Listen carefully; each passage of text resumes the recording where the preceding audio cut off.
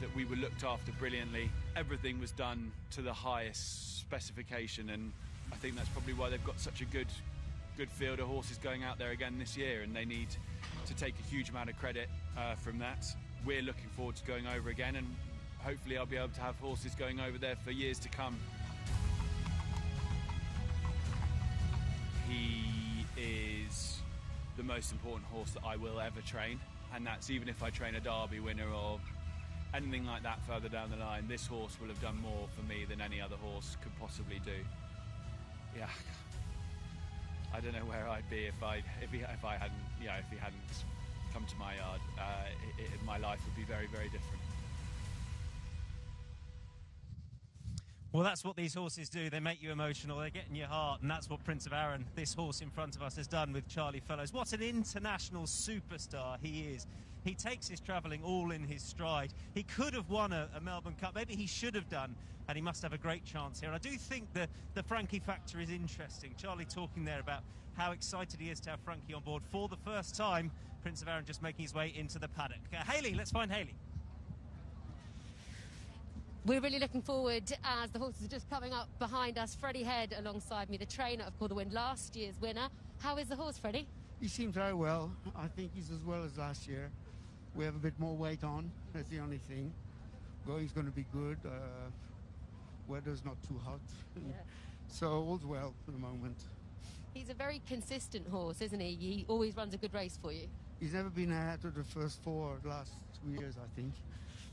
No, he's a very, very nice horse. He's got a good turn of foot. He stays. It's not much to say. Yeah. He seems to enjoy it here, most importantly. It's obviously... He goes well on those tight tracks like that, turns well. So, we'll see.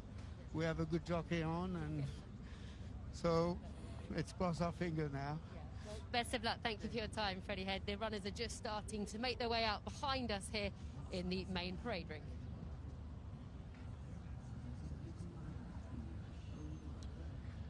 The Red Sea Turf Handicap going 1 mile and 7 furlongs. 1.5 laps around the turf course here.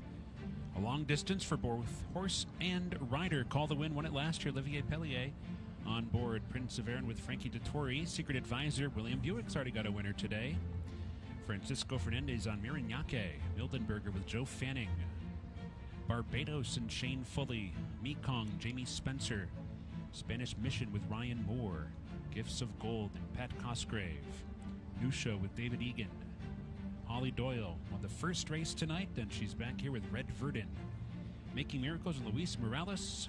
And Arctic Sound with Camilo Espina for the 3,000-meter Red Sea Turf Handicap. This was a really creative addition to the undercard. It's the second most valuable staying handicap anywhere in the world after the Melbourne Cup, and it attracts just that type of horse, as we heard about Prince of Arran and Call the Wind there.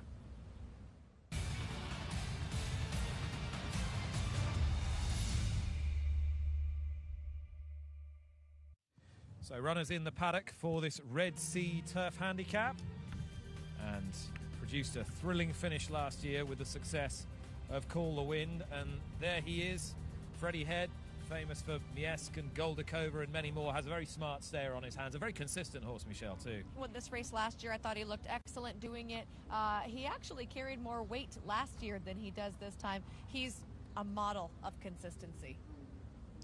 That is Call the Wind. Number 2 is Prince of Arran, who's been placed so many times in big races. He looks phenomenally well. He always carries plenty of condition.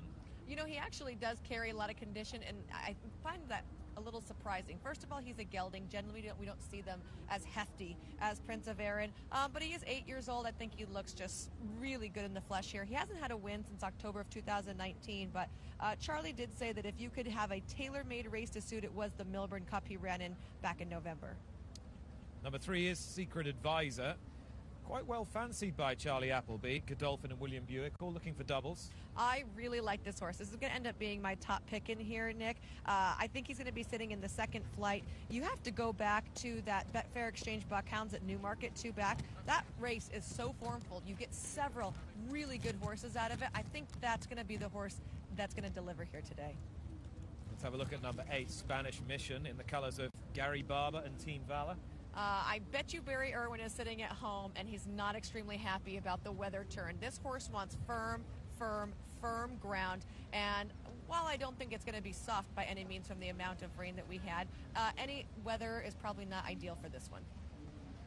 And this is Mildenberger, likely candidate for the lead here, trained by Mark Johnston for Sheikh Hamdan bin Mohammed Al Maktoum. Joe Fanning will take the ride, and from stall 1 he will be making the running early.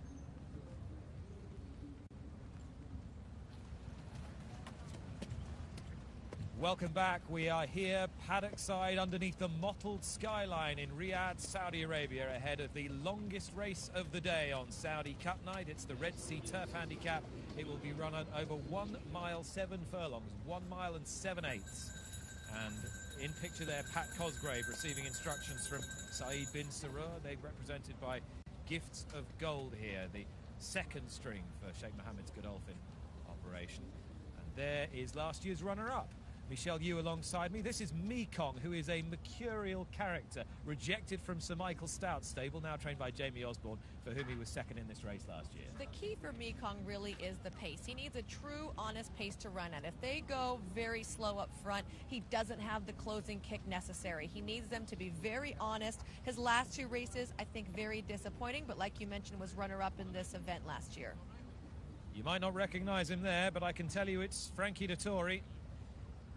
Just turned 50 years old, but still riding absolutely brilliantly. He's on Prince of Arran. Now, what effect will Dettori have on Prince of Arran? You heard before the break Charlie Fellows feeling that he might just be the man with the brilliance to unlock Prince of Arran's last ounce or two needed to get a big race win. You know, you have these riders that really excel in these type of situations. In the States, we have Mike Smith. Out here, you have Frank.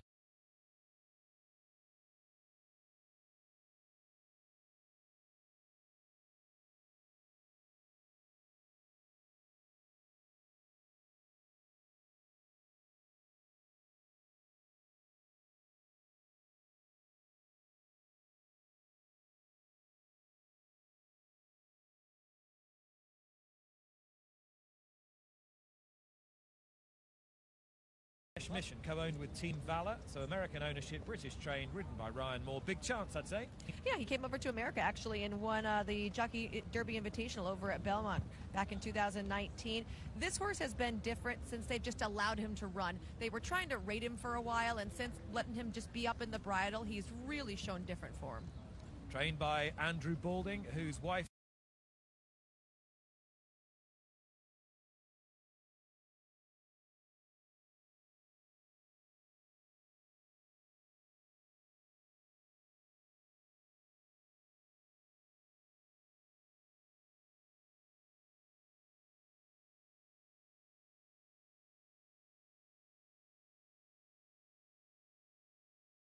Excuse the next time. What about conditions today? Yeah, I mean, we walked the track, and Michael Prosser was saying, you know, it should be great, good firm ground. So, you know, I think hopefully it's not going to be an excuse.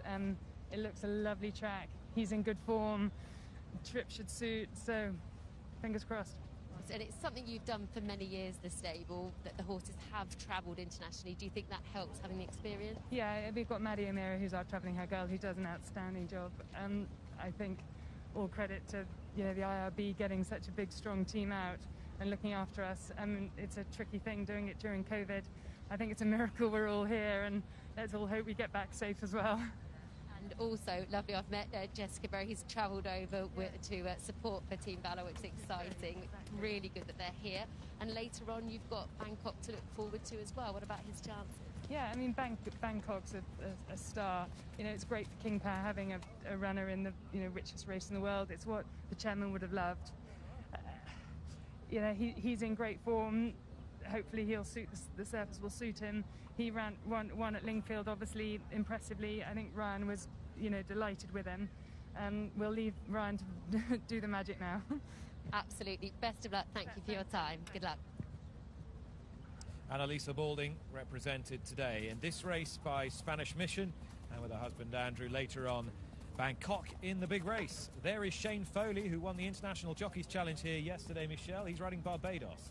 Barbados is going to be breaking from the outside, was decimated last time out, but over heavy ground, I feel like you can always give an excuse when that's the situation. If there's a bog, you might not like it, you might love it. But if you have just one of those one-off races, that's a bad one, you can generally throw it out. Unfortunately for Barbados, though, he hasn't had a win in quite some time. It's been nearly 2 years. A break from gate 13, so the widest of all, and that will pose Shane Foley a few problems here. Yeah, you know, anytime you're taking 3 turns and you're drawn in the outside barrier, you're going to have to make yourself a suitable trip. Barbados looks in good condition for Jessica Harrington, who has done so well over the last couple of years. In shot there is New Show, trained by Fauzi Nas, the Bahrain-based trainer who's had such an extraordinarily productive season. David Egan rides Mishrif in the Saudi Cup later. This is a nice little horse. He's been very prominent since moving over to Bahrain. He pretty much has not thrown in a bad effort over there, and we already talked about the good horses that are being imported for him to be up against. I love the way he's warming up right here. You can see those ears forward. He's really paying attention to his rider. He's on the muscle just enough. He's got a lifetime record of 4 for 10, and he's coming off a victory last time out. I think that he's got an outside chance here. Outside. You pointed at me very determinedly when you said that. Makes me think you're quite sweet on his chances. You know, I really like the way he was walking in the walking ring and the way he's warming up right now. You can't always judge a horse off their past performances. Sometimes it's a physical attribute that gets you, and for me, this horse has just been ticking a lot of boxes in the warm-up. Those of you with longish memories will notice that the first, second and third from last year's running of the Red Sea Turf Handicap are reopposing today. Call the Wind, Mekong and Prince of Arran. We're going to see that in a moment. But first of all, let's have a look at Mirinakye for Maria Munoz. Francisco Fernandez taking the ride, bringing significant international flavour, and I think Maria has charmed everyone this week. Well, this horse was a Group 1 winner in Argentina, multiple Group 1 winner, and then came stateside. In fact, in his stateside debut, ran in the Pacific Classic, which is one of the biggest races out on the West Coast, run over at Del Mar. He's been in the States and just hasn't made a huge impact. The best race for him was a route race, but on the main track at Keeneland, where he finished behind Rocketry, who was an absolute beast that day. So in all things considered, that race was good, but his last 2, not great. Although I will give him an excuse in the William McKnight last time out. He was absolutely buried along the rail, and when he finally got a chance, he was just out-kicked. In single file down to the start, it was a bit more frenetic in last year's race. As I was saying, it was a contested pace, and that enabled this horse in shot, the White Silks, Call the Wind, to just sidle his way to the lead from off the speed. What a beautiful ride this was by Olivier Pellier. Look at that white cap in between. You see he was right in between horses. He came down to the rail, the Red Seas parted, and he's able to hold off that late charge from Mekong. I think that Call the Wind just looked phenomenal there, and in last year's race, winning it very handily here in the end. This is just a great effort from him. It is a big track by any standards, this, but as Michelle told you, they still have to navigate 3 bends. There is Olivier Pellier from stall 2 today. He might enjoy the perfect trip, and not far away from him at the start, we'll find Tom Stanley. Tom. You will indeed, yeah. Horses just arrived down the start. Look, there's Shane Foley right in front of me on Barbados. Shane, of course, won the STC International Jockeys Challenge yesterday, and he's switching it up on the turf. Looking forward to seeing how Barbados gets on for, still relatively short experience he's had with Jessica Harrington so far. Here's last year's winner, number 1. This is Call the Wind. He's carrying 1.5 kilos extra than last year. I thought he got the race set up really well for him last time, and the same man is back on board. Whether or not they'll go as hard here remains to be seen. Over to my left, here is Secret Advisor under William Buick, horse number 3. I do like the chances of this horse. He's a horse who had a while off the track, not certain what the actual problem was. He came back to win really well in Dubai when I thought he would definitely come on for the run. He looks nice and fit here, and I think he must have a really good chance, certainly on better ground than he had last time, because the ground over in Europe wasn't suitable last time. What about this horse? Just spin over to the right and pick up horse number 5, that is, and that is Mildenberger. And he's an interesting runner, I think. Just going through the pick of Mildenberger's form with Joe Fanning on board.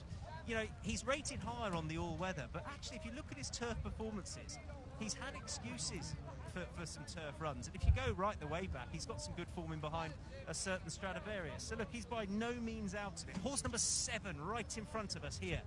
This is Mekong, Oh, bless him. He ran so well in this last year, but he was just keeping on from a little bit further back behind Call the Wind.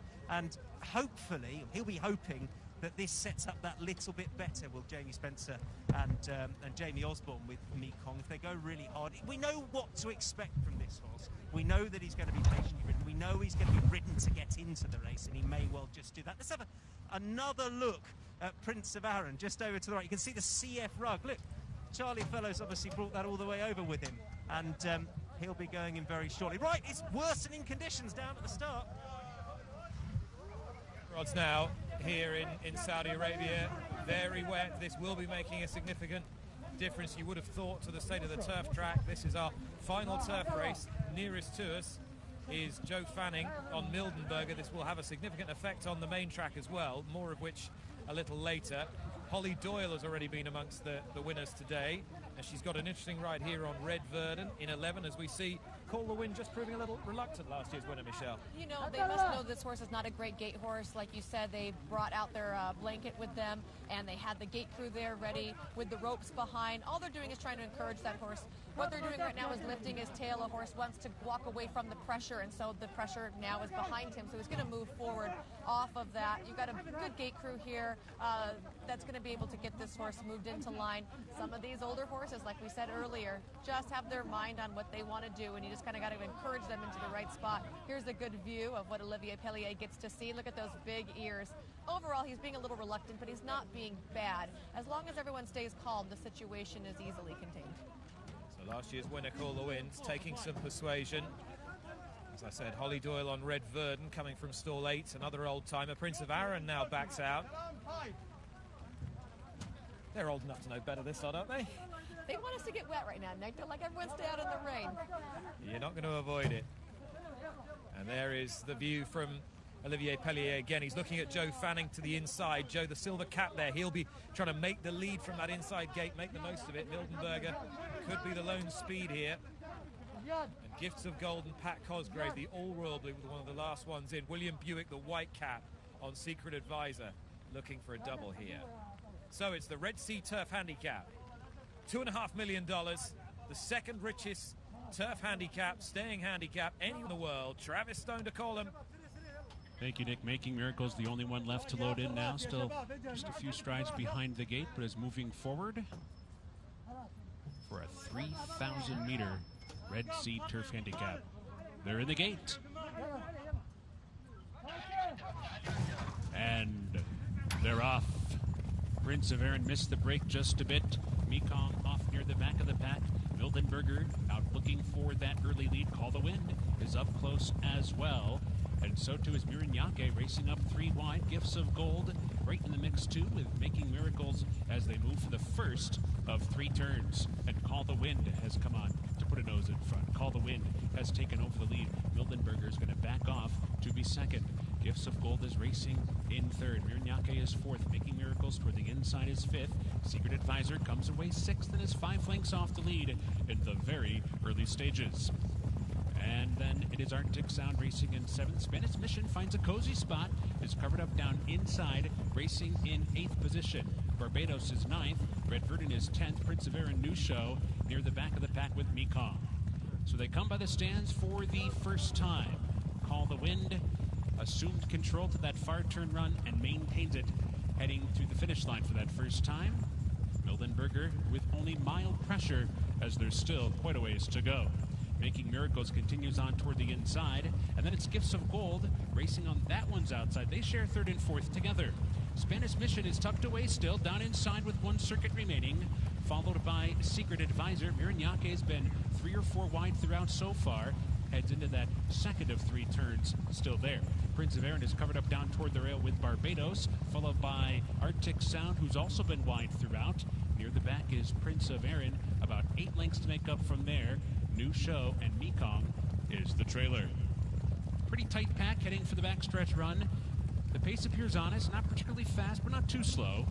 It is Call the Wind, the leader, by 3/4 of a length. Mildenberger content to sit in second as Call the Wind opens up by just a little bit more.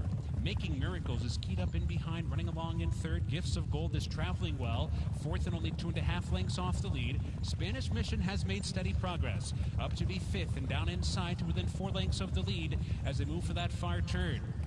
And then it's Secret Advisor sneaking on through from between horses. Miranyake continues with a wide trip.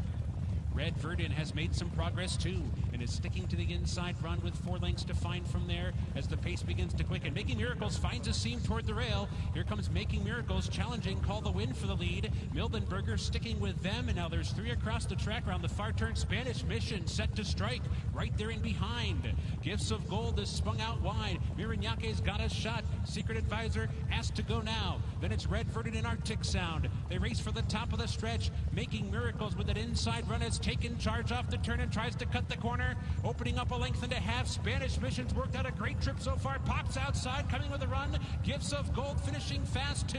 Miranyake's there. Mildenberger's coming with a shot as well. Red Verdun's in behind, but it's Gifts of Gold in front.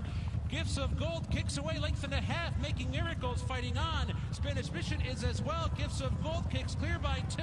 And Gifts of Gold stays the course in the Red Sea turf. Gifts of Gold the winner. Spanish Mission has to settle for second. Secret Advisor re-rallied to place with Red Verdun. Gifts of Gold was wide throughout, but never too far behind and finished well. Spanish Mission had a great trip and a great ride. Looked to be the one to beat as they turned into the stretch, but Gifts of Gold finished better than that one and is the winner of the Red Sea Turf Handicap. Great ride from Cosgrave to do it. Here's Gifts of Gold crossing under the wire. Celebratory stick in the air. Winning by just about a length and a half over Spanish Mission. Secret Advisor lost ground on the far turn, came on again, grabs third.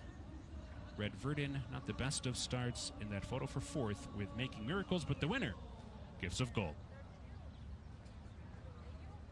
Well, tear up your form book, because this is about what you didn't know before the race. Whether Gifts of Gold would act back on this surface, whether he would improve for the application of those sheepskin cheek pieces either side of his head, and whether, most importantly,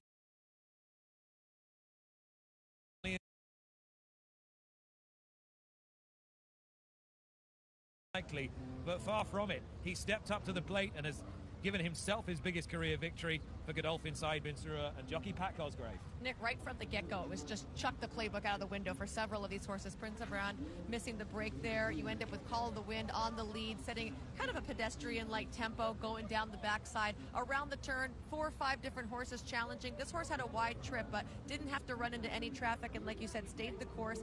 I actually thought he was going to be closer to the pace today, and he came off from off of it really impressively here. Big improvement from his debut of 2021.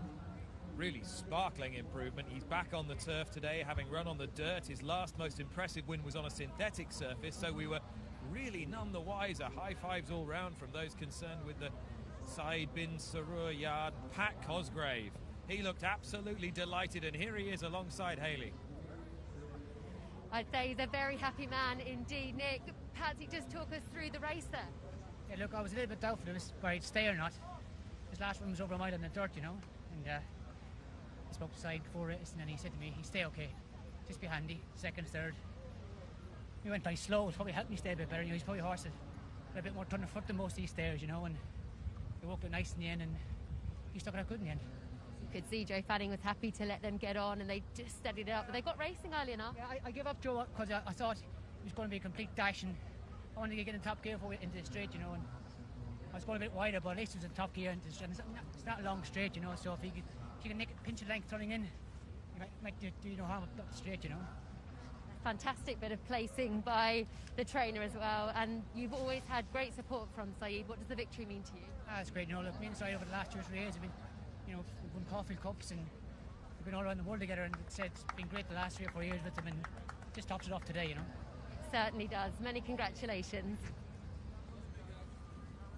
Pat Cosgrave has been picking up good rides in Dubai and in the UK for Side Binsura now for a number of years. He's a talented, hard-working rider, and he will be thrilled with this victory on Gifts of Gold because he's got the tactics absolutely right, but he was clearly given the confidence that the horse would would stay this distance, which none of the rest of us could have, really. Well, you know, you have these gallopers that go the 2-mile distance, and you know they'll be able to finish it. You're not sure if they're going to have to turn a foot, but this horse stretching out to this distance for the first time, like he said, he quickened better than a lot of them did going down the lane. A lot of these horses that go this marathon distance go with the one pace that we saw, like from Call the Wind, going down the backside, but this horse really finished with a flourish. There's the trainer Saeed bin Surur. He's won more Dubai World Cups than anyone else, but he's landed a big prize in Saudi Arabia today. And let's just take the closing stages. Any number of them queuing up to have a go, but there was almost certainly potential for traffic down toward the inside here, Michelle. We saw a lot of horses trying to break through along the inside, and I was surprised to see the 12 Making Miracles really putting in a valiant effort. Once he passed Call the Wind just chucked in the towel, Nick. He got headed and he wasn't keen on that, and he didn't want to fight on. And I think that really opened up the door for a lot of horses, because when one of the top contenders in this race, in fact the winner from last year, is going the other direction, all of a sudden you get a lot more riders that are feeling super confident. The ride on Miranyaki, even though it was wide too, was a little bit better today because they kept that horse in touch, and I thought that gave that horse a shot towards the finish line as well. A rare disappointing effort from Prince of Arran, further back there in the blue and red colours, but he was too far back, having missed the break in a steadily run race, a very steadily run race. There's rain over Riyadh and plenty of it, and the form book's gone up in flames in the Red Sea Turf Handicap here. But that man doesn't mind at all. I think a lot of people very happy with the situation that's going on right now. You get a horse that you're not sure what they're going to do, and you get a performance like that. Not only do you have a great day today, Nick, but you've got something to look forward to for the future as well. And obviously, we always are looking forward to the next race and the next big event. And this horse seems to have a really bright future going a multitude of directions. In he weighs, Patsy Cosgrave, 58.4 kilos. How many kilos are you, Nick? A few more than that. A few less than I used to be, but a few more than that. We're going to take a short pause now. That was the Red Sea Turf Handicap. When you rejoin us, we'll be building to the big race for horses bred here in the Kingdom of Saudi Arabia.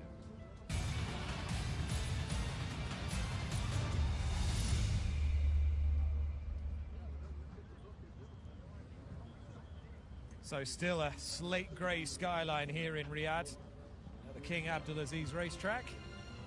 We've just enjoyed the Red Sea Turf Handicap, 1 mile and 7 furlongs, our longest race of the day and the final turf race of the day.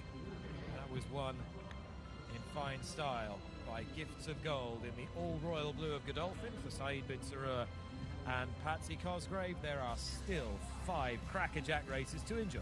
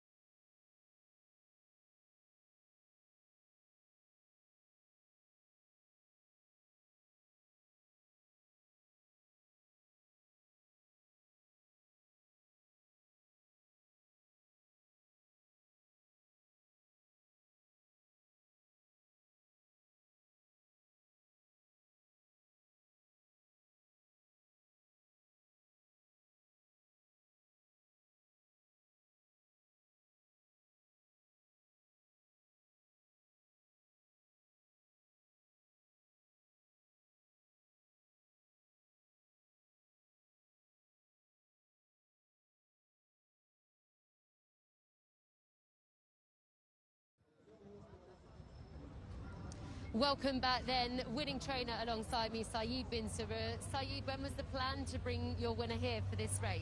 It was the plan since start racing in Dubai, in Carnival race in January. And I thought this is going to be one from the runners in Saudi. He's a big, strong horse, and he was really, it wasn't easy for him to lose some weight, take him really time. as for his weight, you know. But he ran well. Then in the race today, before the race talked about, I said, if you can't keep him second, be good for him, you know. The best suit him in the race. I wasn't really, that fast, and it suit him really well. Last 2 furlongs, I thought the horse he have a chance, and he finished his race really well. He finished it off very well. Very good instructions from you for Pat Cosgrave, and you two have been a great team over the years. Yeah, he's a good jockey, and always he ride for us. You know, he done a good job for us also in Australia, and in England, and also in Germany. Then we're happy. You've had a lot of success around the world, but also in staying handicaps like the Melbourne Cup, and this is the second richest staying handicap in the world. What about this horse's future? We take him back to Dubai. Could be maybe ride him in the Gold Cup, 2 miles. You know, give him a chance there. You know, the horse he's improve himself as he's going to be stayer horse, and we'll keep him at the same trip.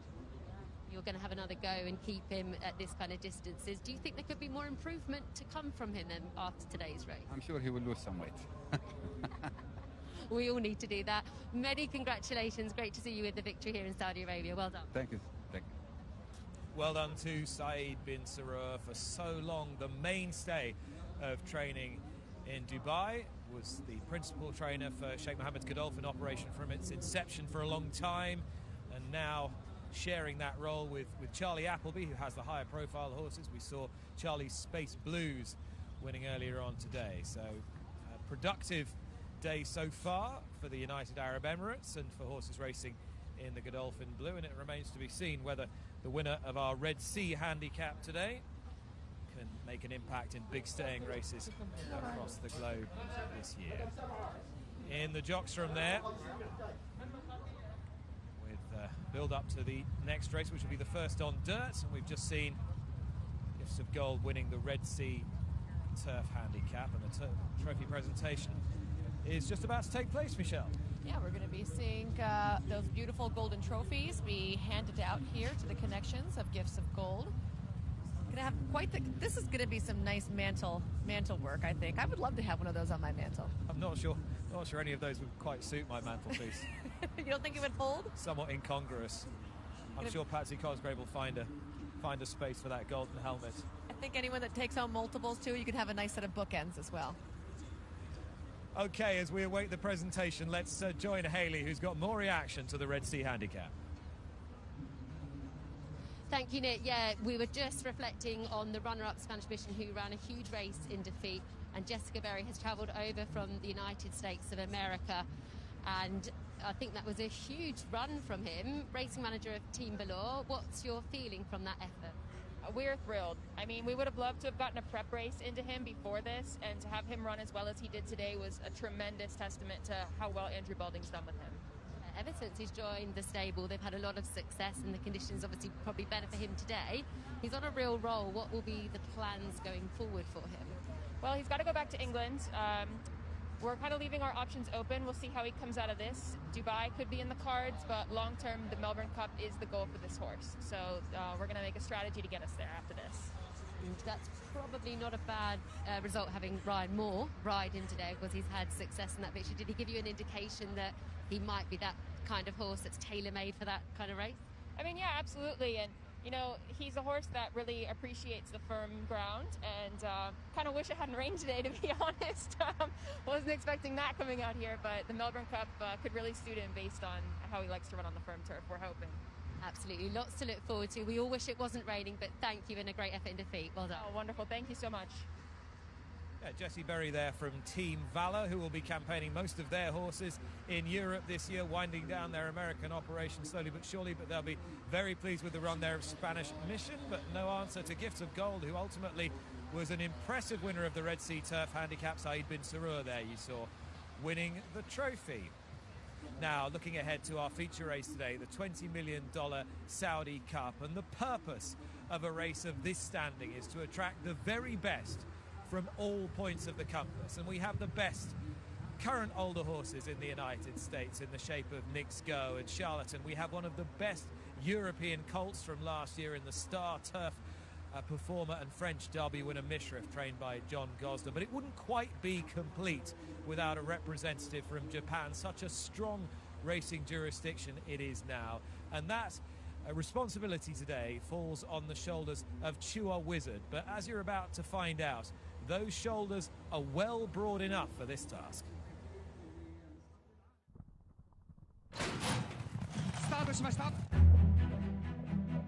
Almas leads them up into that first corner. Inti trapped a bit wide. 残り600の標識を通過してさあ And here comes Chua Wizard. 並んでいったのは11番チューアウィザードだ Chua Wizard's going to take out the Champions Cup. 2番手まで進出チューアウィザードです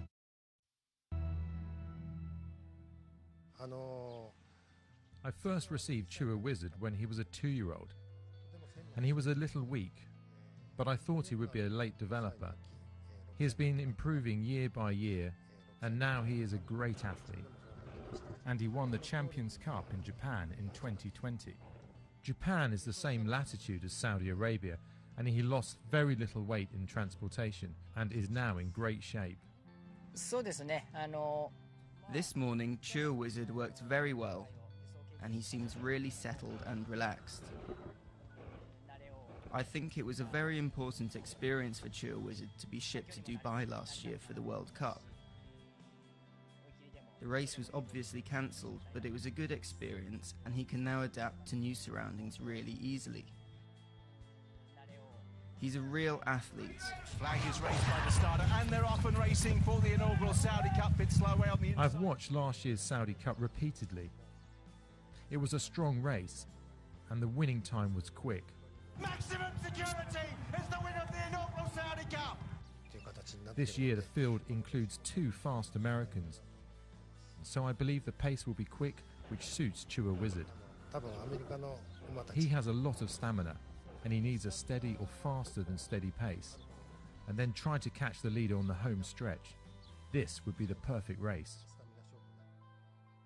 You know, last year Japan sent a Chris Bell to the Saudi Cup and he finished 7th. Well, I thought, Chris Bell is one of the best dirt racehorse in Japan we have ever seen. I still think, he's one of the best.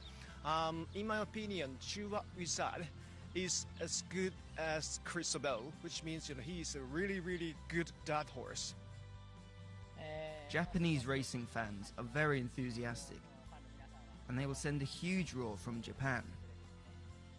I think they will cheer for me on Saturday, so I feel a bit of pressure. I don't have a lot of experience racing outside of Japan, so I feel very honoured and excited to be invited to race in the Saudi Cup this year, the richest race in the world. Always exciting there to see Chua Wizard. I thought that was a very insightful piece, Nick, talking about the lone Japanese interest in the big race. We've seen the Japanese horses the last couple of years really make an impact worldwide, and he could be a really exciting competitor today. I think he's an intriguing contender, Chua Wizard, because last time in the Champions Cup, the Japan Cup Dirt as it used to be known, he comprehensively beat 2 horses who finished very creditable 6th and 7th in the Saudi Cup last year. Now, if you take the view, and I think it's a reasonable view to take, that the Saudi Cup last year was of a slightly higher standard overall than the running of the race this year, notwithstanding the promise of Nick's Go and Charlatan, then I think that gives this horse today, Chua Wizard, an interesting chance of at least hitting the board. And one thing we do know about Japanese horses, Michelle, is they keep going, they keep staying. Exactly, that's the key. The surface over in Japan too, I feel like really lends itself to get horses extremely fit, and that's something that you need here in this track, which has been very kind. Just one question I wanted to ask you about the weather. What effect do you think the rain today will have on this dirt track, which A, rarely ever sees any rain, and B, rarely ever has any water applied to it? I think Bob Baffert's at home right now doing a rain dance. He likes to add water to tracks. It does tighten them up, and it does help those front runners able to sustain their runs. I think the water on it is actually going to help it. And we are going to have our first race run on that main dirt track when you rejoin us in just a few moments' time back here at the King Abdulaziz racetrack.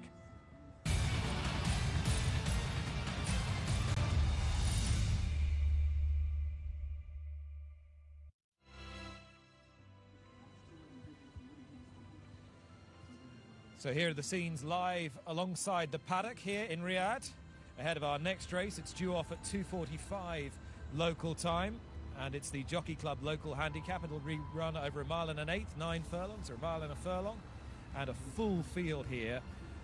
19 runners, including the reserve on CRT. That is Al Bathali. If you were with us earlier, you'll have seen our feature on Wigberto Wiggy Ramos. He rides this horse. He's a local favourite, so is the horse.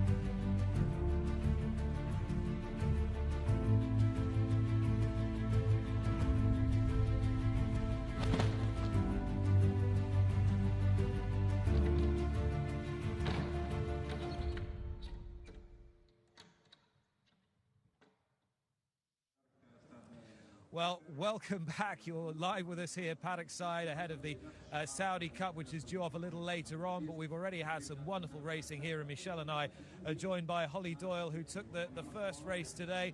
Holly, a wonderful ride on the mare True Self. Did she surprise you a little, or did you go into the race full of confidence? To be honest, Willie Mullins filled me with plenty of confidence. You know, Ruby Walsh and David Casey spoke to me beforehand and gave me plenty of advice. And obviously, watching back a replay, she was well capable of taking this today. So I walked into the race knowing that she was probably one of my best chances of the day. And you come here to Saudi Arabia for the first time. What do you make of the track as a whole? The track's beautiful. You know, the dirt track ride's great, and as does the turf. It's great. What's the year been like for you? I feel like it's been record after record.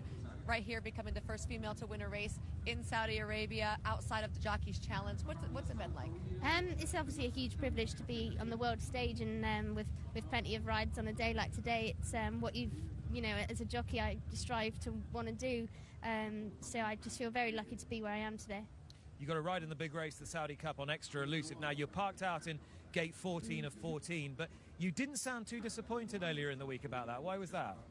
No, we're not. I was just speaking there to Imad Al-Sagab, the owner, and we're not too disappointed. Obviously, Mishrif was drawn, I think, 12 in the Saudi Derby and managed to overcome that draw. He's a horse that I'm unsure that will face a kickback, so at least I've got options there to switch out or in, dependent on how he's feeling. And for you to be excelling internationally as well as domestically, Holly, how important is that for you? It's really important. I don't just want to be a jockey. I want to be, the best I can possibly be. So getting the leg up on these international trips is amazing. Well done. Thanks so much for coming up and chatting. Best of luck later. Thank you. Holly Doyle, who has tasted success already today, as we head out and check in with Hayley.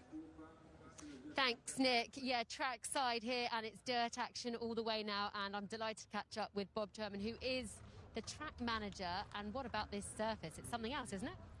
Yes, we're very proud of it here in Saudi Arabia, and we've gotten a lot of really nice compliments from the international riders, and of course the local riders love it.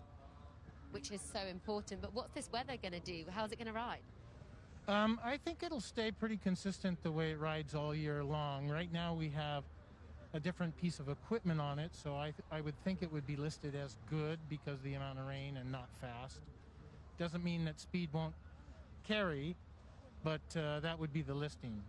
And one thing that you must be thrilled with is that everyone describes it as a really fair dirt track. How satisfying is that? Yes, you know, that's important, and that's our goal, you know, performance, giving every horse an opportunity to win from any post position, and also safety is obviously our #1 concern, and we've been really fortunate with that. But it's great to have your experience here in Saudi Arabia, and especially here at Riyadh. Thank you for your time. Thank you so much. The Jockey Club local handicap $1 million. Big race for the horses bred here in the kingdom. Number 1, Al Bathali with Ramos. Number 2, Halaf with Al-Anatsi. Number 3 is out. Number 4, Allah Sawab with Al Tearsh. Number 5, Al Najim with Moreno. Number 6 is Aqui with Rosario. Number 7, Ibn Kama, Al Faradi. Number 8, Raf with Al Faradi of the Fahad variety. Number 10 is out. Number 11, Mutakayef. New rider, Frankie Dettori. Number 12, Bay Azanala with Aldaham. Number 13, Mubari Al-Ri with Al Freiru. Number 14, Budra Al-Mugatara with Demiro. 15 is out. 16, Al-Maksab. The jockey is Al-Musad. Number 17, Maruf with Alafi. 18, Holan with Al-Rashed. 19, Alaf Khan with Gutierrez. Number 20, Gamlas with Morales. And Om Siati draws into the race with Eddie Castro. The Jockey Club local handicap up next.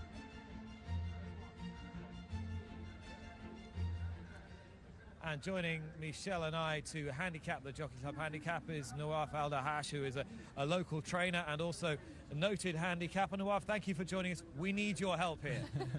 Thank you so much. I'm very happy to be with you guys, and I hope everyone watching is enjoying the races today, especially the undercard races are much higher competition than last year. To talk about our Saudi handicap today, to be honest, we have very good horses competing. Al-Baddali, horse number 1, he's a well-bred horse, and he has not been beaten this year, and he likes the distance, but the only issue with him today is his first time meeting older horses.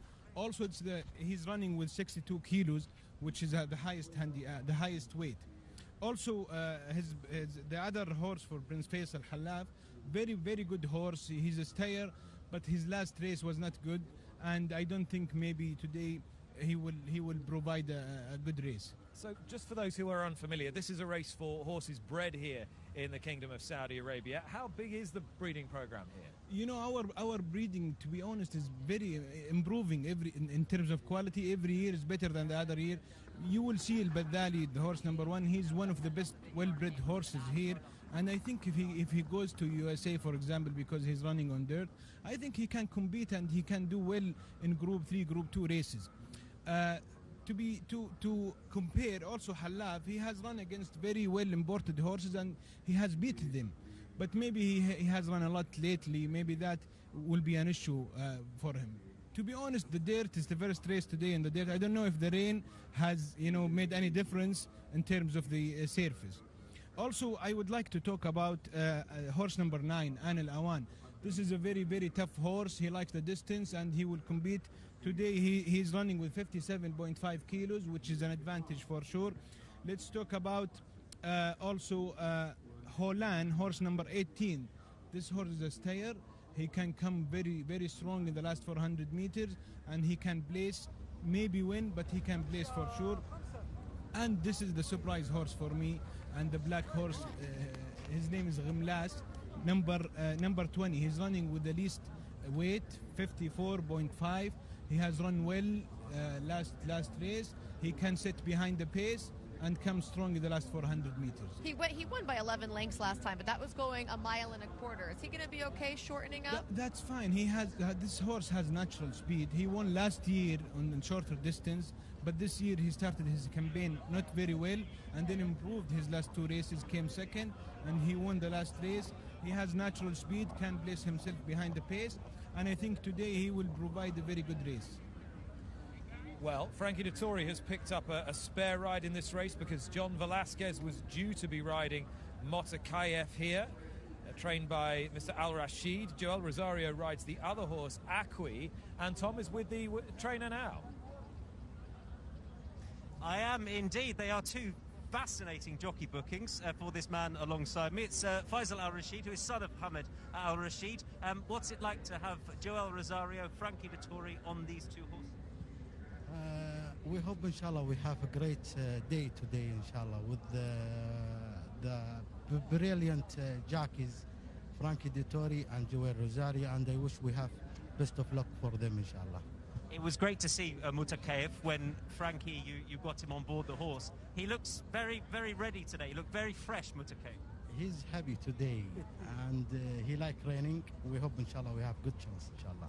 How have both trained in preparation for this race? They are great horses, Mutakayev and Agua. Joel, exactly, he ride the horse last year, and he finished third in the grade 1, and he know the horse. And Frankie Dettori, he's one of the best jockey in the world. So inshallah we have, we wish inshallah we have good luck, inshallah. Faisal, what does it mean to you to have runners like this on a day on such a day like this? This is amazing. This is amazing, and I can't believe it. You know, this is something amazing, and I want to thank for the king and the crown prince. Something is amazing. Very best of luck. You too. Thanks. Yeah, best of luck to Mr. Al-Rashid with Aqui, the horse in shot there, and also Frankie Dettori's mount Mutakayev. Joel Rosario on Aqui. Nawaf, do you give Aqui a chance? Aqui, he wants a very, very fast race. He's a stayer. He comes from behind, from the outside. If the race is very fast, he will have a good chance. Who's going to be our speed in this race? Also, the other horse trained by the same trainer. Yeah. Okay, if this horse has natural speed, and he might today lead the race. But Al-Badali, with Puerto Ramos riding him, he's the best rider here, and he knows the horse. He runs well with him. I think this horse has a big chance if he can come above the handicap weight, that is 62. Now, you're having a look at last year's race. Also, Omsiati, I forgot, sorry. Yes, Omsiati was the winner last year. Today, just scraped in at the last minute as a reserve. Now, why was that? She first of all, her form went down a little bit. Okay? Right. This year was not like last year, but she has been in the first 5 positions for a couple of races. Today, she is running with very low weight. I think 54.5. So I give her a chance to be in the first 3 today. Plus, I think she likes the distance too, right? She loves it. She was the winner of last year's same race. But this Chistant horse is beautiful. I think this horse has a big chance today. It's the 20 Gemlas. Yes, Gemlas. They are loading quite briskly then for this Jockey Club local handicap. It's our first look at the main dirt track. It'll be intriguing to see how it rides with the rain that we've had, the significant rain that we've had. Last few coming forward then. 9 furlongs, a mile and an eighth is the distance here. The same distance as the Saudi Cup itself. And we can head up to the commentary box and join Travis Stone. All I can say, Travis, is all the best. Thank you, Nick. Just one more to go in, looks like. Mubari Ari takes a spot at the inside stall. We are, in fact, set for a start. $1 million local handicap. And they're off. Al-Akhfam breaks well from mid-pack and is racing out for the early lead. Mutakayev is showing some speed as well as they head up the backstretch now. Raf is also right there. Here comes Ibn Kama showing up with some speed. Maroof is also in that early mix too. So they cross onto the main track, and it will be Maroof out to set the pace. Maroof for the short lead. Ibn Kama is keeping pace down toward the inside. An Alawan is also right there. Siati not far behind in that early mix as well. Raf is in the clear, racing up to be 5th in the early stages. Olive Khan is racing in 6th. Mubari Alri mid-pack along in 7th. Al-Bathali comes away about 5 lengths off the lead, trying to push up on through horses there. In a bit of traffic, though, Budra Al-Mokhtara finds a clear sailing path and moves up on the extreme outside. So the field heads for the far turn, and it's Mutakayev to go head-in-head with An Alawan. On Alawan on the inside, Mutakayev, the gray on the outside. They're head-to-head for the lead. Budra Al-Mokhtara is right there in behind them. Olive Khan is coming with a wide run. Raf is also right there as around the far turn. So Mutakayev comes to the top of the stretch, holding on to a narrow lead and is shaken up for more. Mutaka KF turning for home in front. On Alawan is there.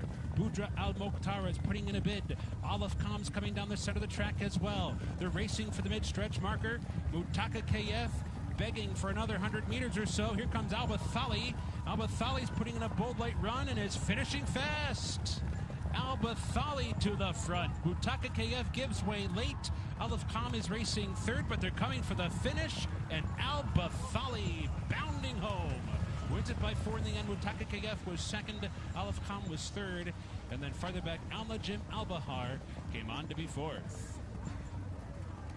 So it felt like a brisk early pace that would suit the horses coming from off, and that's just what Al-Bathali did with that white shoulder strap, emerging from the pack and kicking clear in the end to win it by 4. Good effort from Mutaka KF, though, who was involved with that pace from the start and continued to fight on to the wire, but it's Al-Bathali with a strong late close in the center of the racetrack here to score in the local handicap, the purse $1 million. Big for these connections. Al-Bathali, the winner. And here is Al-Bathali. A few lengths behind at the top of the stretch, but kicked it into high gear, and not only the winner, a clear-cut winner. Once again, a good effort, though, from Mutaka KF to finish second. Olive Com was third. Al-Najim Al-Bahar, far behind earlier, made some progress to grab fourth, followed by Budra Al-Mokhtara, who was wide throughout. But the winner, Al-Bathali.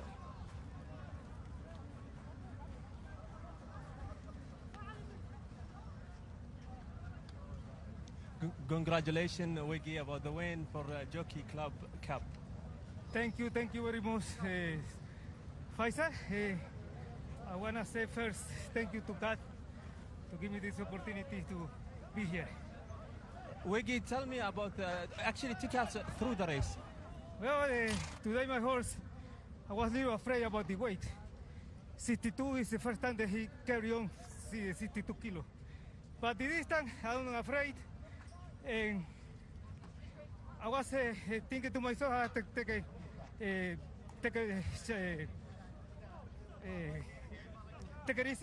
in the race. And the 500, I know that he's coming back. So, Wiggy, tell us how you feeling to win in this kind of night, the Saudi Cup.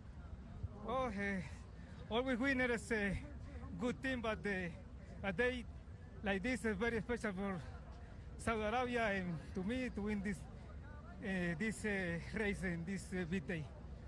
Okay, Wiggy, and good luck for other races, and thank you. Thank you. Okay, this is what Wiggy is saying about his win, and thank you. We come on back to the studio. Thank you so much, Faisal and Wiggy Ramos. We got to see a nice package on him earlier. It's exciting to have him get a big win here on Saudi Cup night. Al-Bathali, that was 5 in a row for him. He looked just tremendous. Up against older horses for the first time here. We mentioned the high weight impost, 62 kilos. That's 131 pounds. That's quite the burden to have to carry, but he looked great doing it, didn't he, Nawaf? Top quality, well-bred dirt horse. His dam was very expensive purchase, around $600,000. She came from USA, and his sire is Macho. He won the West Virginia Derby Group 2, and you see the end product today. He's a well-bred horse. He was the favorite today. Maybe I was scared a little bit of the surface and also the weight, but today he showed that he's a really top class horse. Look at him right here making this move.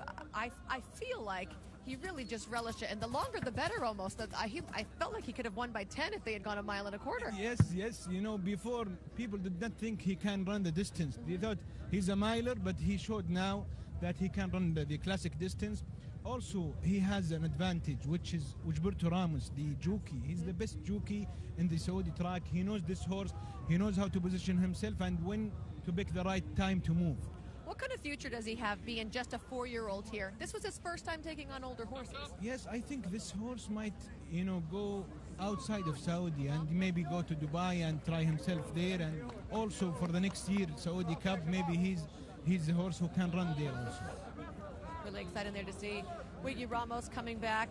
Big smiles on his faces here for Al Bathi, who was able to win his 4th consecutive victory here, and lots of high hopes for him in the next couple of races, possibly. He's very loved, this horse. He has a lot of fans, and he deserved it. You know, and his trainer is very young Saudi trainer. That is something very good for the sport. They are developing and providing good horses with the same performance for all of his races. Taking a look at the saddle coming off right now for Al Bathi. Again, locally based horses here in this handicap. He carried the high weight impost of 62 kilos, 131 pounds. Were you surprised he was able to do it so easily? You know what? When I saw him in the 400 meters, the last 400 mark, I thought maybe not, you know. And then when he got into a duel with Al Afkham, I thought maybe the horse is going to struggle. But once he got out of him and he provided a couple of lengths, then he showed his quality. Okay, Al Bathali it is that has won. Not an unexpected victory for local hero Al Bathali and an even bigger local hero, Wigberto Ramos. Delighted winning connections, and Tom has the victorious trainer. I do indeed, Nick. Yes, Farhad Saad alongside me with a translator as well, just to help me out more than anything. Farhad, huge congratulations. What does it mean? طبعا يقول لك جميع الأمنيات السعيدة لك في هذه الأمسية، وبما أنكم أنتم حصلتم على الفوز بهذا الشوط، ما هي مشاعركم؟ الحمد لله. I feel good. I feel good. English, you see? Yeah, it's very fantastic. After he won the money, he I need to roll back. No problem. Thank it's you. okay. He feel good, I guess. Tell me about this horse. How special, how good is this horse? لو بدي نتحدث قليلا عن هذا الحصان وما هي امتيازاته وما هي المصاعب التي واجهتكم في التدريبات. والله الحمد لله هو حصان كويس ممتاز.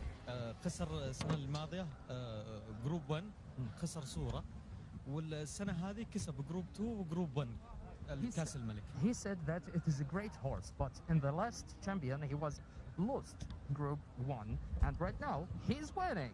So it's very fantastic for that. What else you would like to ask?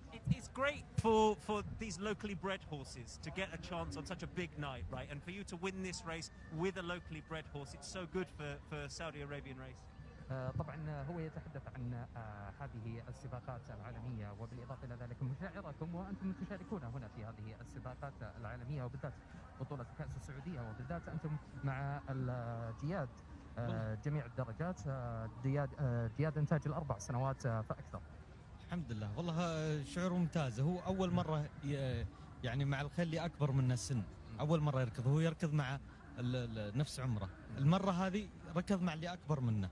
He said about ميزان عالي. He said about his horses that Al Bathali, he's the first time he's running with the other horses, who they are older than him.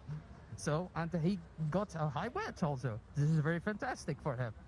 Listen, it's brilliant. Farhad, well done. Thank you for your help with translation. Enjoy the evening. You're welcome. Thank you so much. Thank you. Thank you so much. Have a nice day.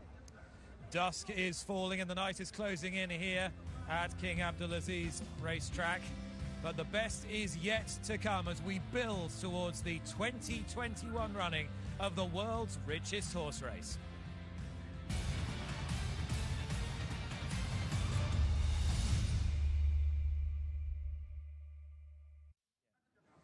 Al Bathali it is that has won our $1 million race for locally bred thoroughbreds. He came here in the peak of condition, and I was going to say Wiggy Ramos gave him an excellent ride, but in truth, Michelle, I think I probably could have managed that one. He was pretty impressive there towards the end, carrying that high impost with a ton of ease. I think this horse has a big future in front of him. He's one cultural icon here in Riyadh. Let's take a look at a few more.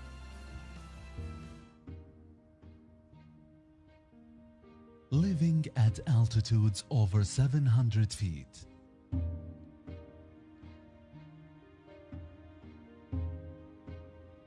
Conserving a tradition of specialty coffee variety.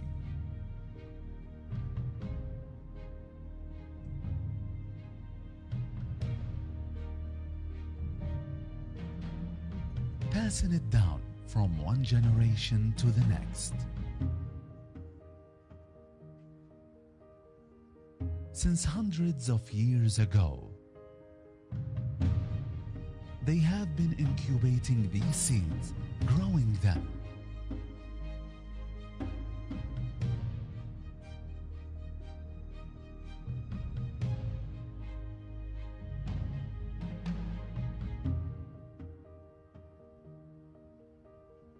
And narrating details of the authentic Arab ambience.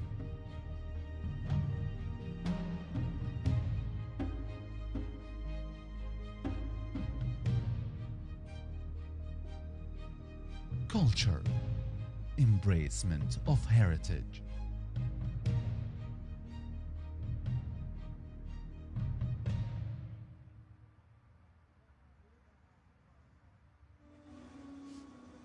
Al Bathali and Wiggy Ramos, the heroes of the local thoroughbred race here in Riyadh.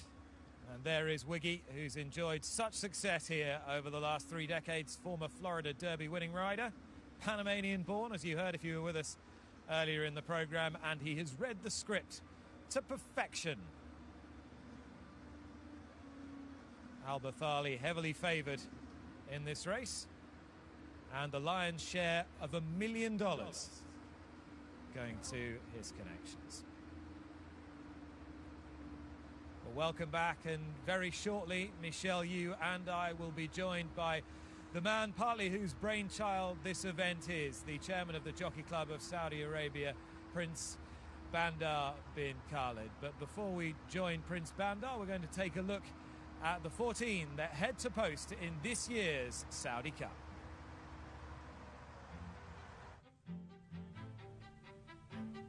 Two is Bangkok, trained in Great Britain by Andrew Balding. Multiple champion jockey Ryan Moore takes the ride. He needs to up his game first try on dirt, but he's in form. Light on experience, but big on talent, Charlatan will break from stall number 9 under Hall of Famer Mike Smith for perennial leading trainer Bob Baffert. He's crossed the wire first in all 4 of his career outs. 4 is the big hope for Japan and shouldn't be discounted despite Gate 1. Chuwa Wizard was the winner of Japan's most prestigious dirt race, the Champions Cup, last time. Holly Doyle will be aboard Extra Elusive here, going to be breaking from stall number 14. This horse will love the distance, but it's going to be the dirt debut. And 6 is Global Giant, ridden by Frankie Dettori, 50 years old, but riding as well as ever on the global stage. Takes the ride for John Gosden and Bahraini ownership. Locally based Great Scott has reeled off 3 in a row since his appearance in last year's Cup, and he looks to try and take the trophy down today for local connections.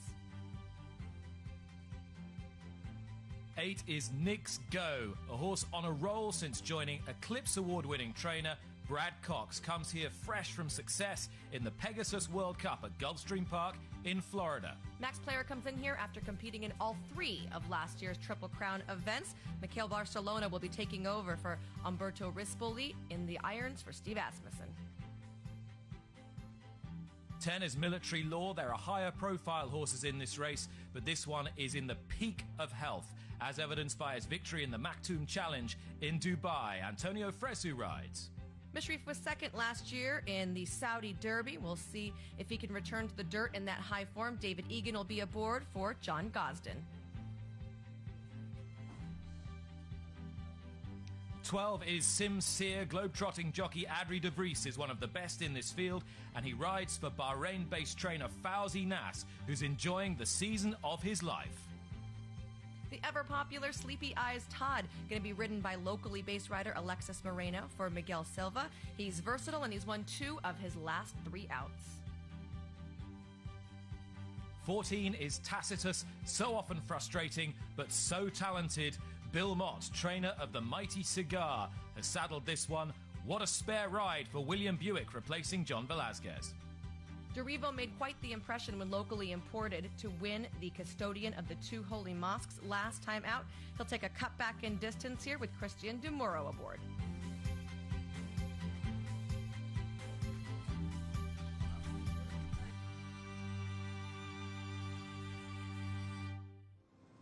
A truly representative international field for the 2nd edition of the Saudi Cup. $20 million. It's been such a titanic challenge to get horses and people here to the kingdom in the midst of this pandemic, particularly with travel restrictions tightening up all across the globe. But the show must go on. The show has gone on. And as I said, the best is yet to come. Michelle and I are alongside the chairman of the Jockey Club of the Kingdom of Saudi Arabia, Prince Bandar. Now, Prince Bandar, good evening. You've posed us a few challenges this evening. Yeah, it rains 2 days a year in Saudi Arabia, and you picked one of them to bring the good weather with you here. Well, I'll happily take the responsibility. Yeah. You've managed to bring the horses and the people here. Just explain to us how difficult that's been for you this year. Well, this has been a challenging year, I think, across the board for all sports, and horse racing is no exception. But I think you see horse racing all over the world. They've been able to deal with, the reality, and we've adapted and adjusted. And as you just said, the show must go on. So there were a number of challenges, but everybody has been very gracious with us. The owners, the trainers, we all had to make compromises, but managed to put this race together for its second edition. And as you mentioned, very interesting horses, good show, and the best is yet to come. You have to feel pretty proud that you put on such a good show last year, that you have the best horses from around the world willing to come here in the middle of a pandemic. It wasn't a really big hurdle to overcome. People know the track, they know the venue. A lot of people have been to the kingdom. A lot of jockeys have raced here for the past 50-odd years. Dubai also helped hosting the Dubai World Cup for the past quarter of a century. People understand the region quite well, so they were very susceptible to the idea. The prize money is good, and we're just happy and really love seeing all of these wonderful horses, wonderful trainers, wonderful jockeys join us and really celebrate horse racing here in the kingdom. It was a wonderful night last year. We all left here with a real spring in our step. It was a terrific horse race between Maximum Security and Midnight Bizu, but most race fans around the world are familiar with what's happened since, because Maximum Security's then trainer was indicted on very serious illegal medication charges just, I think, a couple of weeks later. What's your position at the moment, because you've withheld the purse money from Maximum Security's owners up to this point? That is true, and we're sort of in a hold position now, waiting for the U.S. authorities to move forward with that case. We understand in the coming 6 weeks there will be some kind of movement on it, which will allow us to move forward and bring this to a close. I feel we don't have long to wait for it. But as you said, it's an unfortunate situation. I had a soft spot for that horse. I thought, he got a raw deal in the Kentucky Derby. It was fair, but he was the best horse on the day. Here, he was the best horse on the day, and he's a victim of circumstances that are nothing to do with the horse himself. But we have to abide by the international rules and regulations, and somebody will get the prize money. We paid out all of the other positions, and I feel within the next 6 weeks, hopefully, we'll put this issue to close. Just talk to me about the importance now of sport in the Kingdom of Saudi Arabia, not just horse racing, but where you want to take sport in the kingdom and why. Well, this is a very interesting time for us here in the Jockey Club of the Kingdom of Saudi Arabia. I'm very privileged to be at a time when the kingdom has moved forward in sports across the board, with both genders, male and female, supporting it and pushing it forward. And I think horse racing, as far as the government is concerned here, shouldn't be the exception, and they've given us tremendous support here that would allow us to put up events such as this, and the best is yet to come, and we're going to have more international meets like this. We will be coordinating more with the UAE and Bahrain to have coordinated seasons here, and I think this part of the world, outside of North America, Europe, Japan and Australia, this area will come up to take its rightful place in the global calendar of horse racing.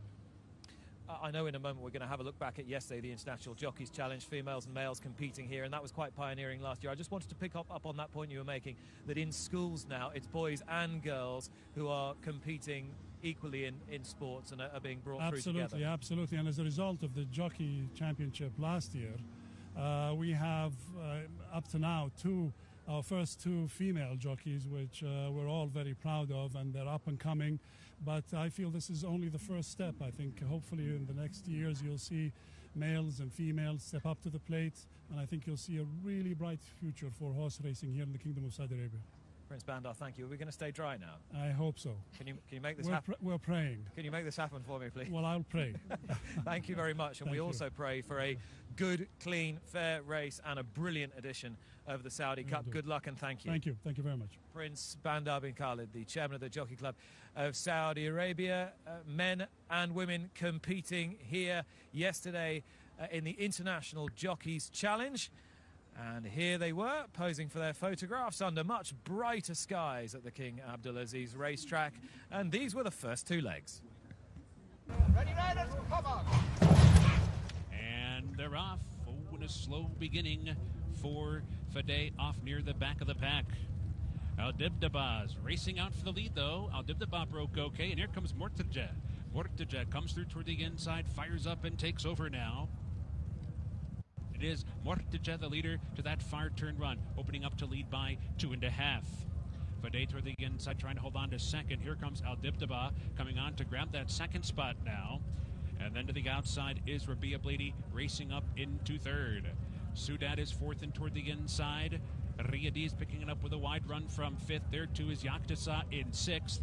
Jobab is picking it up toward the inside, moving up into seventh. A break of 4 lengths back from there to Anam Al-Azam, who's got about 8 lengths to find as they come for the top of the stretch. They hit the top of the lane, and Mortaja turns for home in front. Running on strongly, opens up to lead by 2. It's Mortaja trying to hang in there into the final 200 meters. Boxing on in between horses with a late run there is Jobab and Rabbi Beauty. Najam down the side of the track. A very late run coming from Jobab, but they're coming down toward the finish, and it's still Mortaja. Mortaja clear by 4. Najam's up into second, but Mortaja holds on to do it. Najam was second, Riyadi was third, and then multiple horses in a photo for fourth as Mortaja kicks off the International Jockeys Challenge. They told me that he's really quick, to let him jump on out of there and see if you can secure the lead and see what happens, and that's what we did. And I didn't want to let Johnny down. I had to represent Johnny Velasquez, so I thought I better get the job done. Looks like we're ready. And they're off. Emblem Star with a hustling. We're getting toward the outside. Racing for the lead is Indelible Ink. Indelible Ink comes on to take over as they move out of the chute and onto the main track. Moshwa comes up on through to challenge 2. Now Moshwa is up into second. Emblem Star's racing third. Colt Front backs out of there from fourth. Auto Ohm is racing up into fifth. Godspeed is sixth in the clear. Goldtown racing mid-pack seventh by another 2. Game Player comes away in eighth. Ice Dancing ninth and about 10 lengths off the lead, followed by Inscribe. And at the back is Style Hunter as the field heads down the backstretch run. Moving for the far turn, it is Indelible Ink in front by a length and a half, moving on to that turn. Emblem Stars right there on the chase, racing in second. Godspeed picking it up. 3 wide run from Godspeed up to be third. Monchois in behind, racing fourth as around that far turn. Toledo is asked to pick it up now, fifth and 4 lengths off the lead. Cold Front down toward the inside is racing in sixth. Ada Ohms under pressure while seventh. Farther back it's Goldtown racing in eighth as they move for the top of the stretch. Emblem Star has taken charge, 400 meters to go, and is pushed on for speed off the turn. Emblem Star now the one to catch. Monchois coming with a late run. Monchois on the outside up into second, but Emblem Star is roused to a 1.5 length lead with 200 meters to go and kicks away. Emblem Star turns back the challenge of Monchois and is opening up through the stretch. Emblem Star sharp in victory, down to the wire, clear by 4, and it's Emblem Star and fully to win it. First didn't go to plan, a bit slow away, and I got back in behind, but no, he jumped well and got a nice position, got a nice breather down the bottom, and in fairness he stayed going well. Yeah, obviously we've 2 left in the challenge, so hopefully we can keep the ball rolling. And there'll be more from the STC International Jockeys Challenge. It took place yesterday, a little later in the show. Right, it's time for the purebred Arabians. I want to get nice up and close and personal to these. Just to highlight the difference between these purebreds, and between thoroughbreds as well. Now, this horse, you've got his noseband on, you can see, and he's got that dished face, that sort of scoop just above the nose that you'll see that is so characteristic of these purebred Arabians. Working up over the neck, it's a crested neck, much curvier around the top of the neck, as opposed to a thoroughbred who'll have a longer, thicker, wider neck. They're a smaller horse, they're a shorter horse, and you'll see that if we get side on, you can see that it's a shorter backed horse as opposed to a thoroughbred who is a larger animal and a longer backed animal. Shorter legs here with the purebred Arabians. And then look at that tail as well. You can see with the tail, it's a raised tail at the back. Just goes up a little before it carries on its normal path. So they are a different looking animal. They're an older animal, of course they are. This is RB French Dude, incidentally, who must have a good chance here. Interesting he's coming here as opposed to staying out in Meydan. Could still go on from this to the Kahela Classic. Right, so that's a look at these purebred Arabians. They're making their way out. Let's get back to Michelle and Nick, who've got Frankie Dettori with them. Hi. Thanks so much, Tom. We learned so much from that report. I love to hear all the differences. I know Tom's been working hard on that, but we are thrilled right now to be joined by Frankie Dettori. Frankie, thank you so much for taking the time out. Yes, busy night. I've got 6 races. The weather looked like to spoil the day, but now it stopped raining. I prefer actually with a little bit of rain because it's going to tighten the dirt track a little bit, makes it more slicker and faster, and we're in for a great final part of the day, really. The Arab race coming up and fantastic 3 races after that. I want to just jump right ahead to my favorite horse that you're riding tonight in Global Giant. Is he going to handle the dirt? Well, that's a question mark. So far, the homework has been good. Look, obviously, it goes without saying, the Americans stand head and shoulder above the rest on performances and on the liking of the track. But there is prize money up to 9th. And we're going to try to pick up the pieces, and who knows, maybe it'll be a revelation on this new dirt course, and who knows. But his homework's been good. I'm riding for a good friend of mine, Jockeys. He's been a great supporter of racing, and I'm pretty excited. I don't know what to expect, but I'm going to go into the race very positive and give it my best shot. Do you try to take it to the Americans at all? I think it'd be a suicidal mission if you take him on from the beginning. I hope that they get into the speed duel at the top, and like I said, they soften each other up, and I might pick up the pieces at the end. It'd be very unprofessional to take him on from the start. Now, you seem very chipper today. You're in good form. I am. I mean, I've had 2 seconds so far, so that's good. And I mean, it's a great initiative from the Saudi people to create such a wonderful meeting. What falls perfectly in the calendar year. We got a good turnout, and it's building up this great momentum of being one of the international weekends of the racing calendar. So I'm very proud to be involved, and I think they've done a fantastic job. And how are you spending your winter? You've been in Dubai. You going back there after this? Well, I don't know, brag about it, but I've been in the warmth of Dubai for the last month, and I have no plan to go back to Europe, I'll be honest with you. So I have to thank our Prime Minister, Mr. Boris Johnson, to carry on the lockdown, because I'm pretty happy where I am at the moment. I bet you are. Well, listen, thanks for coming and chatting to us. Thank you. Good luck with Global Giant later on. Thank Jockeys very understatedly said earlier that he might get quite excited if the horse wins. Now, you know him. What will he do if the horse wins? I mean, I couldn't get any words out of him this morning. He's super excited, and he feels the races more than me. And, it's great to see that he really has got this love and passion for the sport, and fingers crossed I can do well for him. Okay, we're going to build up to the Arabian race next, but Frankie, thank you very much for chatting to us, and best of luck a little bit later. Frankie Dettori, all-time great, and he will be riding Global Giant in our feature race today, the $20 million Saudi Cup.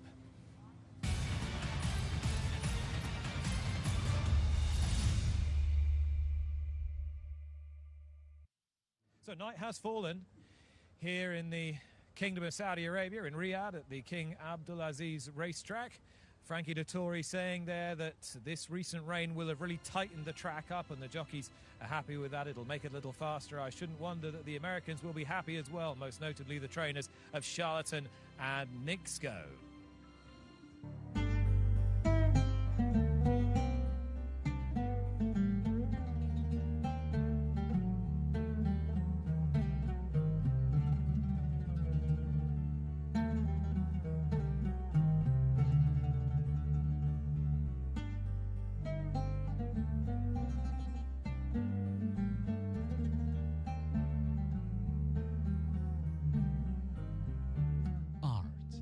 is a reflection of our diverse environments. Voices blend with music. Places seem as if they were dancing, singing, and speaking. Melodies expand and travel throughout our lands.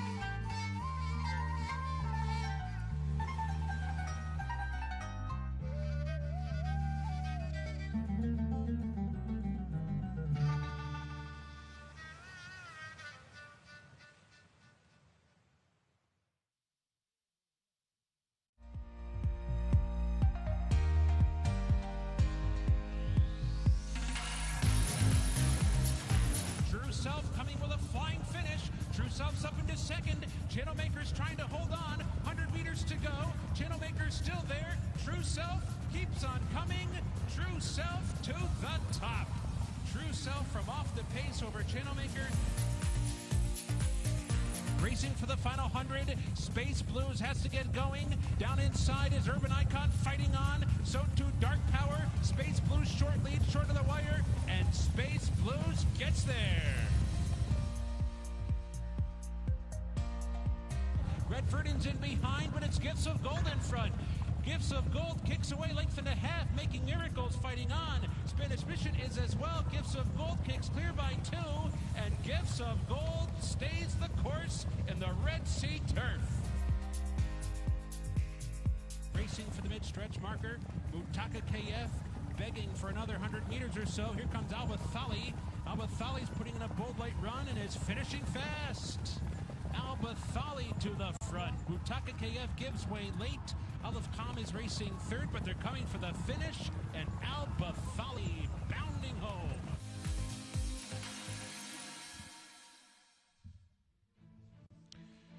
Up next, the Obaya Arabian Classic, the richest Arabian race in the world. Number 1, Darion with Menvizabal. Number 2, Feta Delu with Bentley aboard. Number 3 is Hadris, ran in this race last year with Demuro. Jarif with Olivier Pellier. Number 5, Mashur Al-Khaledia with Dobbs. Number 6, Mubashir Al-Khaledia with Al-Furedi. Number 7, Mutwakel Al-Khaledia with Castro. Number 8, RB French Dude,